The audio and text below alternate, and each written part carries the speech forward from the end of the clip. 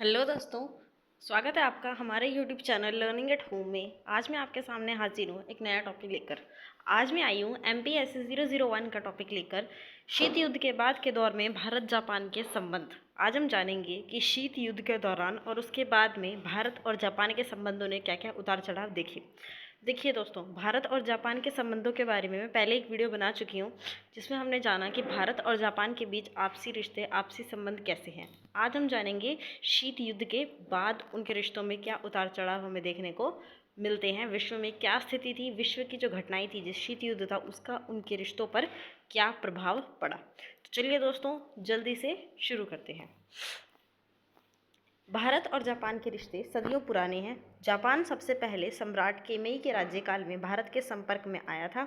एक सूत्र के अनुसार कोरिया ने सन 552 में बुद्ध की एक प्रतिमा तथा बौद्ध ग्रंथ की एक प्रति भेंट करके जापान के प्रति सम्मान प्रकट किया। इस तरह जो है दोस्तों, जापान में बौद्ध धर्म का प्रवेश होता है। इसके बाद बहुत सारे भारतीय बौद्ध भिक्षु जापान गए, जिससे दोनों देश एक दूसरे के निकट आए। यहाँ एक छोटी सी प्रिंटिंग मिस्टेक है कि कोरिया लिखा गया है, जबकि कोरिया की जगह भारत है। कि भारत ने 552 में बुद्ध की एक प्रतिमा और बौद्ध ग्रंथ की प्रति भेंट करी, जिससे जापान और भारत के बीच में रिश्ते स्थापित हुए, उनकी शुरुआत हुई। इसके बाद बहुत सारे भारतीय बौद्ध भिक्षु जापान भी गए और इससे दोनों देशों के बीच संस्कृति का आदान प्रदान हमें देखने को मिलता है और वे एक दूसरे के निकट आते हैं। प्रारंभिक संपर्क जो है वो भले ही धर्म के माध्यम से हुआ था, लेकिन 19वीं सदी के अंत तक जापान और भारत के बीच व्यापारिक रिश्ते भी पनप चुके थे। हालांकि उस समय जो है वो भारत जो है वो इंग्लैंड के साम्राज्यवादी शासन के अधीन था। भारत एक आज़ाद देश नहीं था, लेकिन जापान जो है अपने यहाँ औद्योगिकरण को बढ़ावा दे रहा था और उसमें वो भारत के योगदान को महत्वपूर्ण मानता था। भारत उसके लिए एक महत्वपूर्ण देश था जो उसके औद्योगिकरण में, उसके विकास में एक अच्छी भूमिका निभाएगा। इसी बीच जापान के लोगों के मन में भारत के राष्ट्रवाद के प्रति सम्मान का भाव पैदा हो चुका था और भारत के नेता जो हैं वो जापान की औद्योगिक प्रगति को एशिया के उपनिवेशों के लिए प्रेरणा का स्रोत मानते थे। यानी एक तरफ हम देखेंगे कि जापान के लोगों के मन में भारत के जो राष्ट्रवाद है, भारत देश है, उसके प्रति सम्मान का भाव आ गया है और जो भारत के नेता हैं वो जापान में होने वाली औद्योगिक प्रगति को, इंडस्ट्रियलाइजेशन को एशिया के जितने भी उपनिवेश हैं, जितने भी कॉलोनाइज्ड यानी कि जितने भी गुलाम देश हैं, उनके लिए प्रेरणा का स्रोत मानने लगे, उससे प्रेरणा लेने लगे। 1904 और 1905 के युद्ध में रूस पर जापानी विजय से 1857 से उभर रहे भारतीय राष्ट्रवाद को बल मिला।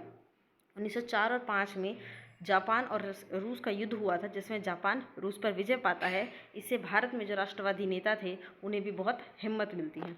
20वीं सदी के आरंभिक वर्षों में भारतीय स्वतंत्रता संग्राम के अनेक नेताओं ने जापान में अपनी गतिविधियां चलाकर स्वतंत्रता संग्राम को आगे बढ़ाया। यानी जापान भी कहीं ना कहीं भारत की आज़ादी की लड़ाई में शामिल था। जापान के लोगों के लिए भारत हमेशा एक सुंदर और पुरानी सभ्यता तथा समृद्ध संस्कृति वाला देश और बौद्ध धर्म की जन्मभूमि रहा है। यानी जापान के लोगों के लिए भारत हमेशा से एक स्पेशल जगह रखता है उनके मन में, क्योंकि भारत को वो एक अच्छा देश मानते हैं, इसकी पुरानी सभ्यता की वो इज्जत करते हैं और संस्कृति वाला देश है जो कि उनसे जुड़ी हुई है। और बौद्ध धर्म के कारण तो वो जापान के लोगों से जुड़े, क्योंकि बौद्ध धर्म की जन्मभूमि भारत है और बौद्ध धर्म का जापान में बहुत प्रचार प्रसार हुआ है। आज़ादी के संघर्ष के दौरान नोबेल पुरस्कार प्राप्त हमारे कवि गुरुदेव रविंद्रनाथ टैगोर जी के नेतृत्व में अनेक बंगाली विद्वानों ने ओकाकुरा तेनशिन जैसे जापानी बुद्धिजीवों और कलाकारों से बराबर संपर्क बनाए रखा। महात्मा गांधी के अहिंसा के दर्शन को भी जापान में काफ़ी सहारा मिला है। तो इससे हम देख सकते हैं कि जो रिश्ते हैं बहुत पुराने हैं और हर समय पे रिश्ते बनते रहे हैं, निभाते रहे हैं। अब देखते हैं महायुद्ध के बाद का दौर। सेकेंड वर्ल्ड वॉर जब हुआ तो उसके बाद विश्व की परिस्थिति में बहुत बदलाव आता है, जो कि इन देशों पर भी पड़ता है। भारत और जापान के संबंधों में वास्तविक सुधार जो है वो दूसरे महायुद्ध के तत्काल बाद देखने को हमें मिलता है। जापान जो था वो उस समय एक पराजित हारा हुआ देश था, उस पर अमेरिकी सेना का कब्जा था। बहुत से जापानियों पर युद्ध अपराधों के लिए मुकदमे भी चलाए जाने वाले थे। टोक्यो सैनिक पंचाट में भारतीय जज राधा विनोद पाल ने विजेता देश की न्याय भावना पर आपत्ति करते हुए अपनी असहमति प्रकट की, जिससे वे लाखों जापानी लोगों के स्नेह पात्र बन गए। देखिए, जापान सेकेंड वर्ल्ड वॉर में हार गया था। जिन देशों के साथ था वो सभी देश हार गए थे। जापान भी हार गया था। जापान पर अमेरिका सेना ने कब्जा कर लिया था। अब बहुत से जापानियों पर युद्ध के अपराधों के लिए मुकदमे भी चलाए जाने वाले थे, पर वहाँ पर जो जापान में एक भारतीय जज राधा विनोद पाल थे। उन्होंने विजेता देश की आपत्ति करते हुए बोला कि नहीं, ऐसा हम नहीं करेंगे, ये नहीं चलाए जाएंगे मामले, और इससे लाखों जापानी लोगों के वे स्नेह पात्र बन गए।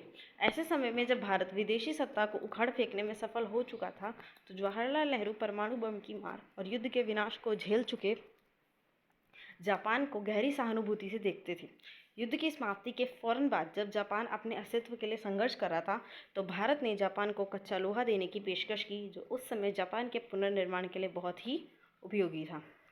तो दोस्तों, जब भारत और जापान, इनकी स्थिति बहुत एक टाइम पे बहुत सेम थी, स्पेशली अगर हम सेकेंड वर्ल्ड वॉर के बाद देखेंगे, क्योंकि उसी समय सेकेंड वर्ल्ड वॉर के बाद 1947 में भारत आज़ाद हुआ और जापान उस समय एक पराजित देश था। तो दोनों में कॉमन फैक्टर ये था कि दोनों देशों को अपने देश का विकास करना है, दोनों देशों को उनको प्रगति पे लेके जाना, ये उनमें कॉमन फैक्टर था। और जो भारत जो था वो उसको एक सहानुभूति की दृष्टि से देख रहा था, खास करके जवाहरलाल नेहरू, क्योंकि जापान ने परमाणु बम झेला, युद्ध का विनाश झेला और युद्ध में वो हार गया। और युद्ध की समाप्ति के बाद भारत ने जापान को कच्चा लोहा देने की पेशकश की, यानी एक तरह से अपना सहयोग, अपना समर्थन दिया, जो कि जापान के लिए बहुत ही उपयोगी साबित हुआ। नेहरू ने अमेरिका की शय पर जापान के साथ होने वाली जो शांति संधि थी, उस पर हस्ताक्षर करने के लिए सैन फ्रांसिस्को सम्मेलन में भाग लेने से इनकार कर दिया और जापान से जो प्रत्यावर्तन व्यय, जो रिपेरेशन, यानी जो युद्ध में खर्चा होता है, जब जो पार्टी हार जाती है उससे वो खर्चा लिया जाता है, तो वो खर्चा लेने का दावा भी भारत ने छोड़ दिया। भारत ने इसमें अमेरिका का साथ ना देके जापान का साथ दिया। तो इससे भी दोनों देशों के बीच हम देख सकते हैं किस तरह के अच्छे रिश्ते थे, जो एक दूसरे का साथ दिया जा रहा है। भारत ने अप्रैल 1952 में ही एक अलग शांति संधि पर हस्ताक्षर किया, जिसमें जापान के प्रति जितने भी प्रत्यार्पण के दावे थे, जितने भी खर्चे के दावे थे, पैसों के दावे थे, वो सब उसने माफ़ कर दिए, उससे कोई खर्चा भी उन्होंने नहीं वसूला। अब दोस्तों, जापान एक नया संविधान बना रहा है, नए देश को, नई राजनीति को, अर्थव्यवस्था को नया स्वरूप देने की कोशिश कर रहा है। तो उसके बाद वो काम शुरू करता है और भारत उसका साथ इसमें देता है। नवंबर 1955 में हम देखते हैं कि दोनों देशों के बीच विमान सेवाओं के लिए समझौता होता है, जिसके बाद अक्टूबर 1956 में सांस्कृतिक समझौता होता है, फरवरी 1958 में व्यापार समझौता होता है, जून 1960 में दोहरे कराधान से बचने के लिए समझौते पर भी हस्ताक्षर होते हैं, फरवरी 1966 में भारत जापान व्यापार समिति गठित की जाती है। तो आप देख रहे हैं कितने समझौते होते हैं एक दूसरे को मदद करने के लिए, जिसका फ़ायदा दोनों देशों को मिलेगा। अब आती है दोस्तों शीत युद्ध की छाया। द्वितीय विश्व युद्ध बीत चुका है, इसके बाद आता है शीत युद्ध।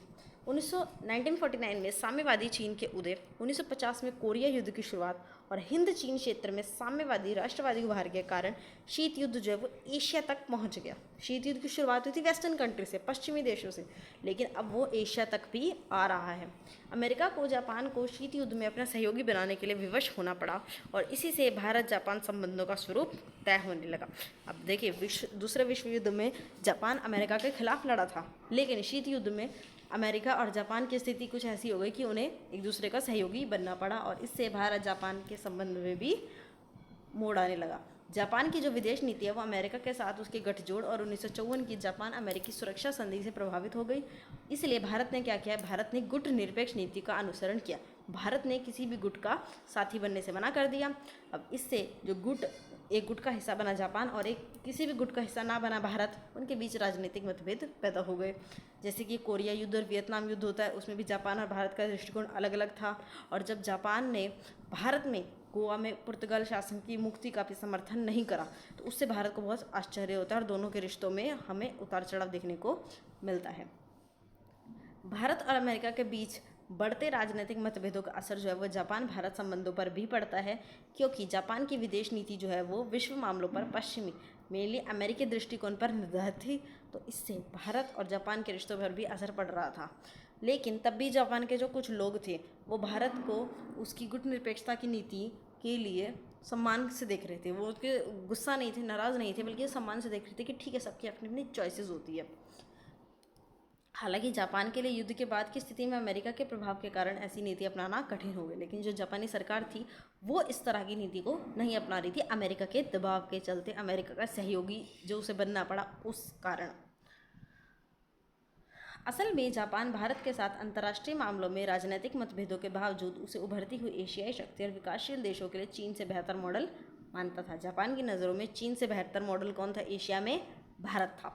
लेकिन 1962 में जब भारत चीन से हार जाता है तो जापान को निराशा होती है और जापान की विदेशी नीतियों में भारत को लेकर जो इम्पोर्टेंस थी, जो प्रायोरिटी थी, वो कम हो जाती है।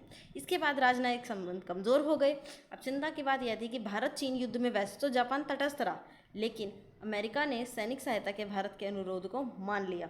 यही नहीं, 1965 के भारत पाकिस्तान युद्ध के समय जापान ने भारत को सहायता ऋण सुविधाएं बंद कर दी। तो ये वो समय था जब जापान और भारत का रिश्ता जो था वो निम्न स्तर पर जा रहा है, हम देख रहे हैं, क्योंकि अमेरिका का सहयोगी बन गया है वो।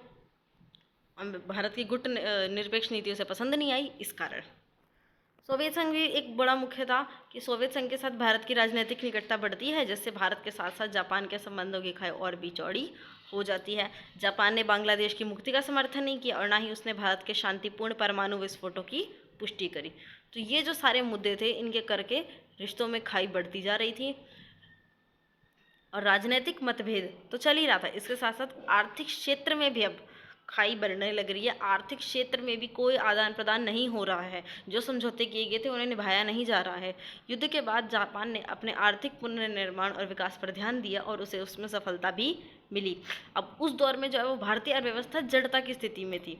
भारत की अर्थव्यवस्था में सरकार ने आयात कम करने पर जोर दिया, जिससे भारत के साथ जो जापान के साथ जो रिश्ते थे भारत के, वो कहीं ना कहीं उतने अच्छे नहीं हो पाए, क्योंकि आयात कम करना था, बढ़ाना नहीं था हमें। तो व्यापारिक रिश्ते बहुत कम हो गए। पूंजी निवेश का भी यही हाल था। हालांकि जो भारत है वो जापान से सबसे अधिक सरकारी विकास सहायता लेने वाले देशों में से था, लेकिन सहायता की राशि 1980 के दशक के मध्य तक, जब प्रधानमंत्री राजीव गांधी ने बदलते अंतर्राष्ट्रीय प्रवेश में जापान की यात्रा की, इसमें कोई भी वृद्धि नहीं हुई। अब हम देखते हैं शीत युद्ध के बाद, जब शीत युद्ध की समाप्ति होती है, विश्व युद्ध की समाप्ति हुई। भारत की आर्थिक उदारीकरण की नीति ने भारत और जापान के लिए नए रचनात्मक संबंध कायम करने के अवसर पैदा किए।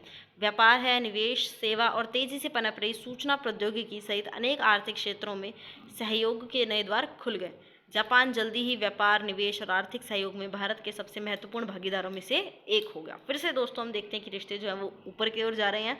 व्यापार दोबारा शुरू हो चुका है, निवेश हो रहा है, आर्थिक सहयोग मिलजुल कर हो रहा है। अब भारत और जापान का कुल व्यापार 1970 में $50 करोड़ से 1997 आते आते $4 अरब तक पहुंच जाता है।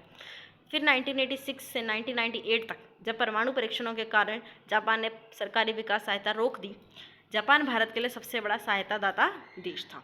1997 में जापान ने भारत को $1 अरब करोड़ की सहायता दी। पूंजी निवेश के क्षेत्रों में भारत ने जापान का प्रत्यक्ष निवेश 1993 में $39 लाख था, जो बढ़कर 1997 में $5 करोड़ 32 लाख का हो गया। नई शताब्दी के शुरू होने तक जापान भारत में 5वां सबसे बड़ा निवेशक देश बन चुका था। तब तक जापान इस तथ्य को स्वीकार कर चुका था कि भारत एक परमाणु शक्ति संपन्न देश है।